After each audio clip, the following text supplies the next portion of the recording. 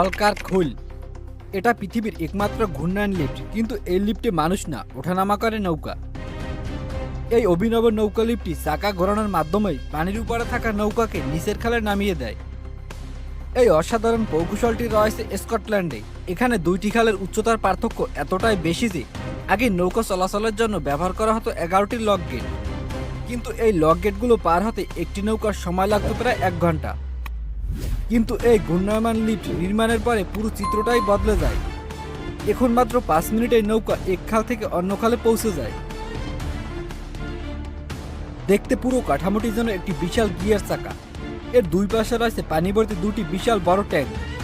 এক পাশ দিয়ে নৌকা ট্যাঙ্কে ঢোকে, চাকা ধীরে ধীরে ঘোরে, আর অন্য পাশ দিয়ে নৌকাটি নিরাপদে বেরিয়ে আসে।